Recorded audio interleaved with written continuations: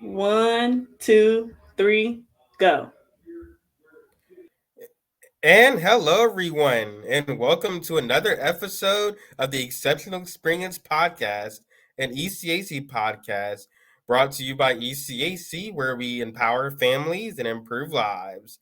I'm joined by my good friend Maya. My name is Billy. Maya, how are you doing today? I'm doing good, Billy. Glad to have another episode. I agree. I second that. And I'm not only joined by Maya, I'm joined by another guest we have today, a new member of our youth advisory team. You all love having guests, and we do as well, hearing different perspectives. And we have Jay Kwan today. Jay, how are you doing? I'm I'm doing good. How are y'all? We're good. Oh, we're doing great. We're happy to have you. So, Jay, if you don't mind, tell everyone a little bit about yourself and maybe where you grew up, where you're from, anything you want to tell people about yourself. Okay. My name is Jaquan Robinson. I go by Jay. I am originally from Orangeburg, South Carolina. I currently live in Charlotte, North Carolina now. I'm in culinary school for baking and pastry arts, and I own a catering company. Um, so I do meal preps and I cater parties. I also was born with a eye impairment called ocular albinism. So I'm gonna talk a little bit about that today. That's right. And if you don't mind, I'd like to jump into that because we talk about a lot of times how people's experiences growing up with different hmm disabilities and whatnot. And I would like to hear, what was your experience like both at home and at school growing up with albinism and navigating that. It was in school. It was especially when I was younger. It was difficult. Um, Yes. very difficult. It had its challenges. Still have challenges. But in school, the kids didn't make it easy. Having especially with me having to have like certain equipment, um, and so it was very difficult growing up. I had to really like ignore a lot of things and just get Mhm. over a lot of things. Um, but I finally, once I got to high school, I got better with controlling it and asking questions. Like at first, I used to always like when somebody asked something about my eyes, I used to get like, "Oh, I don't want to hear that. I don't want to hear that again." But Mm. now I'm more able to open up and talk about it. I'm not like afraid anymore. Yeah, and You Jay, know? to your point, for those who are watching and listening, so Jay and I have the same umbrella condition, but hmm we share different types. So whereas I have oculocutaneous albinism, which means I lack pigmentation in my eyes, hair, and skin. Jay, if you don't mind, tell them what ocular albinism is and how it's different. So it's different. So in um, I have the pigmentation in my skin. Um, I'm still trying to, because as I grew up, that's when I really started to wanting to learn more about Mm-hmm. my eye impairment. Because before I used to always kind of hide it in a way. Mm-hmm. Mhm. We call it Um, masking. yeah, even Yeah. though you can't, I mean, you can't physically, because people can see like what's going on with your eyes. They can, and with me, I have astigmatism, so my eyes shift. Mm-hmm. So that's one thing that I used to try to hide and cover up. So I'm still learning more about um my eye impairment. Yeah. Yeah. Um, I know from my with understanding, ocular albinism is pigmentation or a lack of pigmentation in the eyes, and hmm some of the same developmental things that I have with my eyes um, probably might be the same with you. So, like some of the transparency in the retina, the hmm nystagmus or Yep. astigmatism, Mhm. sensitivity to light, things like that. Yes. Yes. Yep, get a lot of That's eye right. fatigue. Hmm.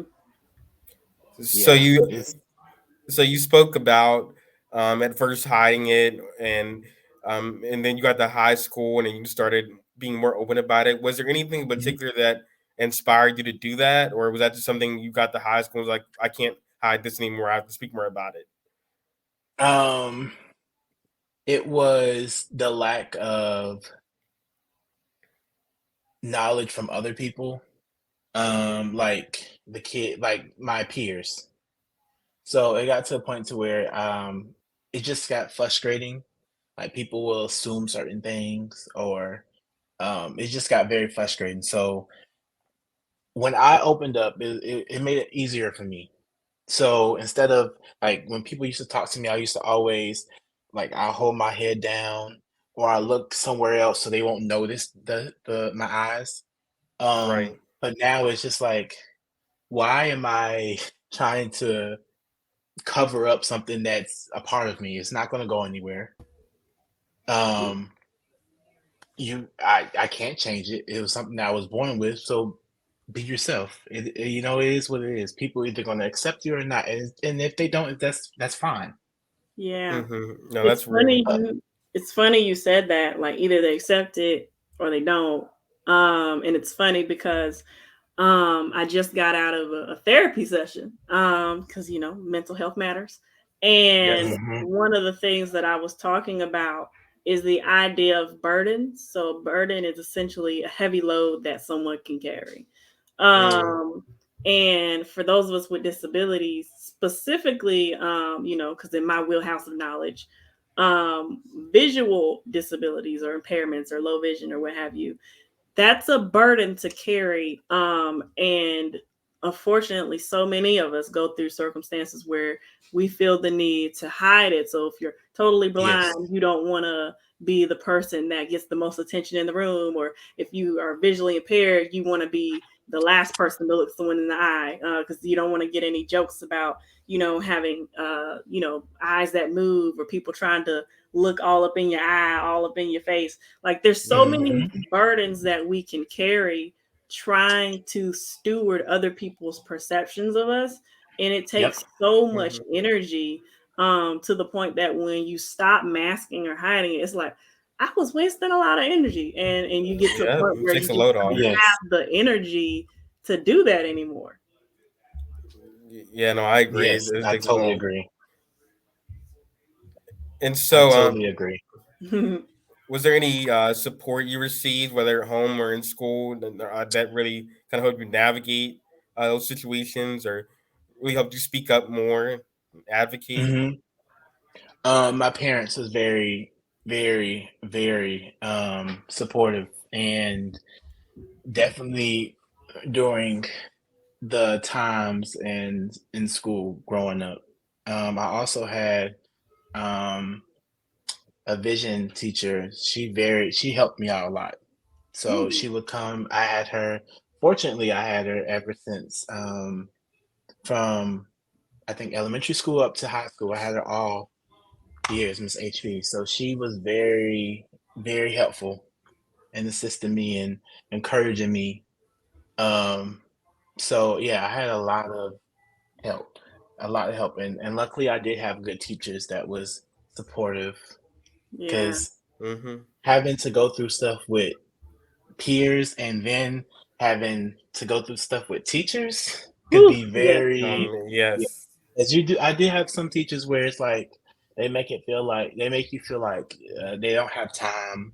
Oh Hmm. yeah. Oh Like yeah. you said, it was a burden. They didn't have time to do certain things, or they don't feel like doing certain things. Yep, Yeah. following your All the time. accommodations. And it's funny because like in those moments, and I've just kind of gotten to a place where I'm more so than ever recognizing how people respond to my needs and how people Hmm. respond to me ain't got nothing to do with me, to the point where like I Hmm. think back on those moments where um I would go to a teacher like, hey, like, I needed this blown up. And they were like, oh, I'm sorry, I forgot. But they couldn't like fix it in the moment. But they would kind of look at me like, well, I guess you're just gonna have to wait. And I just remember feeling like a burden, Yeah. not realizing. that they were projecting um their level of uncomfortability of accommodating me onto me, which made me feel like the Yep. burden. When Right. actuality, their ill-equippedness or their level of, I guess, or lack of knowledge of how to Yeah. help me is what was really burdening them, and not me, and my presence being there. Yeah, or even Hmm. willingness to learn. Hmm. I can understand having a lack of knowledge, but in some, and it's rare. At least it was rare for me. But in some cases, there were teachers that weren't even willing to try to learn, Hmm. and that was Yep. probably the most defeating about it, honestly. Yeah, because you Hmm. can't control a whole other human being. And it kind of, especially when you're a minor, there's like a power Yeah. dynamic involved in sense like it's a teacher or a principal or someone in authority and the student. And it's kind of like we learn these mechanisms of where we start trying to accommodate them when we're the ones that are actually supposed to be the one that are accommodated. And so it provides like this unhealthy perspective when really we're all on the same team, but that's not Hmm. how people are taught to administer IEPs. It's not how people Yep. and students with disabilities are taught to engage with teachers and professors. So Right. it just creates a lot of issues in the long Yeah. run. Yeah. Yeah. Definitely. So So. Jay, I have a question for you. Okay. So I know you mentioned having ocular albinism, and all of us on the Hmm. screen have some form of impairment. Do you have any moments where you feel like having a vision impairment um, led to a good thing? So maybe like a memory where you sharing something led to someone, hearing your heart, or like, do you have any bright spot, as you would call it? Um, Yes. I can say I'm not because I did talk about a lot of the things that the more of the trauma, mm-hmm, Mhm. and never I haven't mentioned the good things, but I did. It is a lot of people that um they genuinely care about your situation. So they mm-hmm, get to Yes. know, they want to know, okay, well, how can I help you? Or mm-hmm, what, like, what can we do to navigate you for your success? Right. mm-hmm, So I have had a lot of people from teachers to like people just in my life, just like people that I've just grown to know. mm-hmm, Definitely family and friends that they know that have certain challenges, so they want to see me grow. They want to see me succeed, so they go the extra mile to make that happen.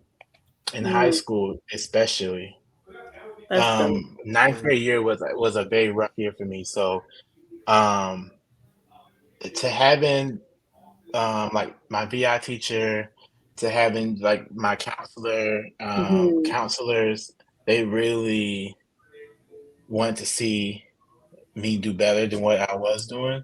mm-hmm, Mhm. So to have those people in your life uh that also hold you accountable too. mm-hmm, Absolutely. Like, because I know some people, um, they just want to give up, but mm-hmm, they hold you accountable. Like I'm glad. I look back and I'm glad that they did that and just said, just didn't be like, oh well, he has a vision issue, so just let him be. He's fine. But holding me mm-hmm, accountable and saying, no, he can do better. Let's show him what he can do, or what let's make that happen to where he can do mm-hmm. better. Right. That's what really got me to the point now. Do you feel like that impacted your decision to be in culinary school?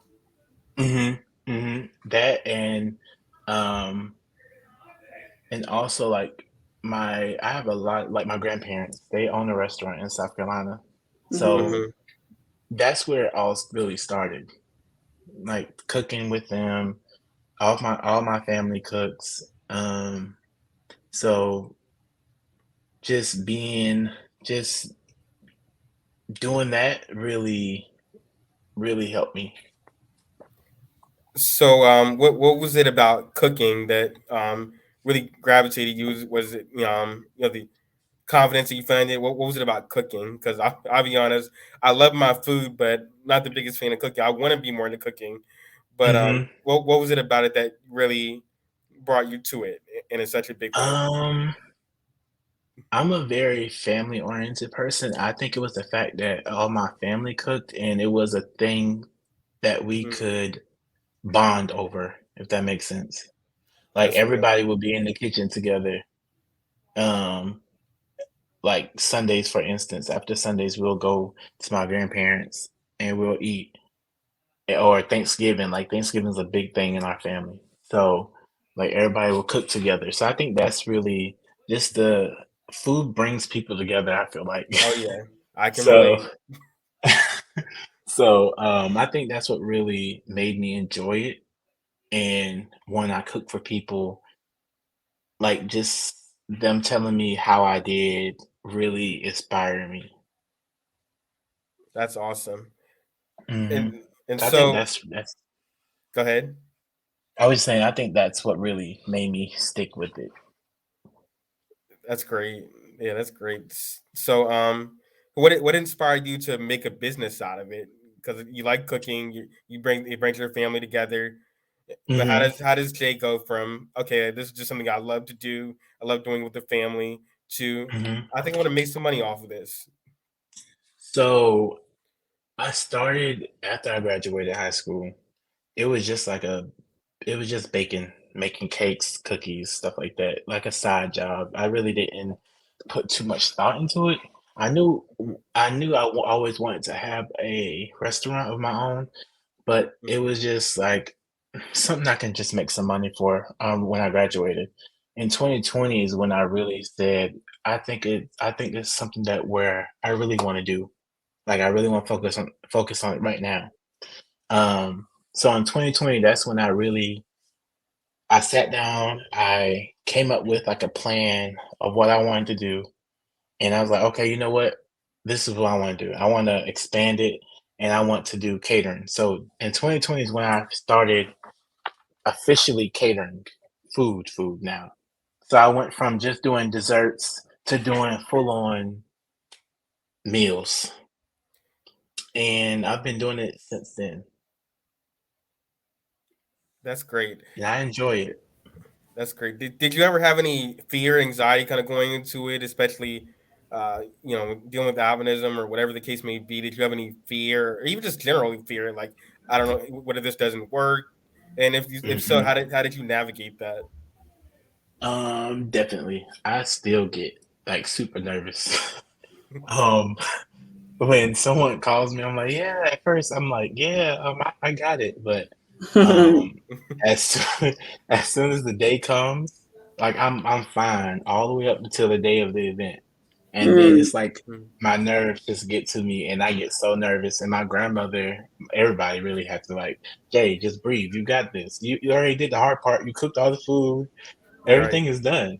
But I think it's just the fact that I just want to do good and succeed at what I'm doing.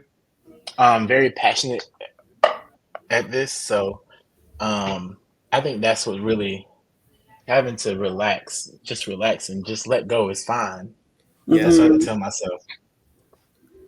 That's awesome. I have a question or two, just Mhm, about in general, like essentially being a business owner. Like, mhm. what is that like for you, and how does having a vision impairment contribute to that?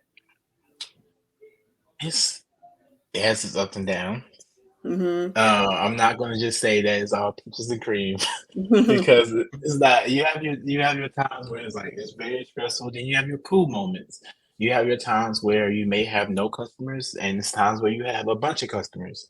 Mm-hmm. It has its ups and downs, but I like the freedom it gives you. Like you could get to make your own schedule.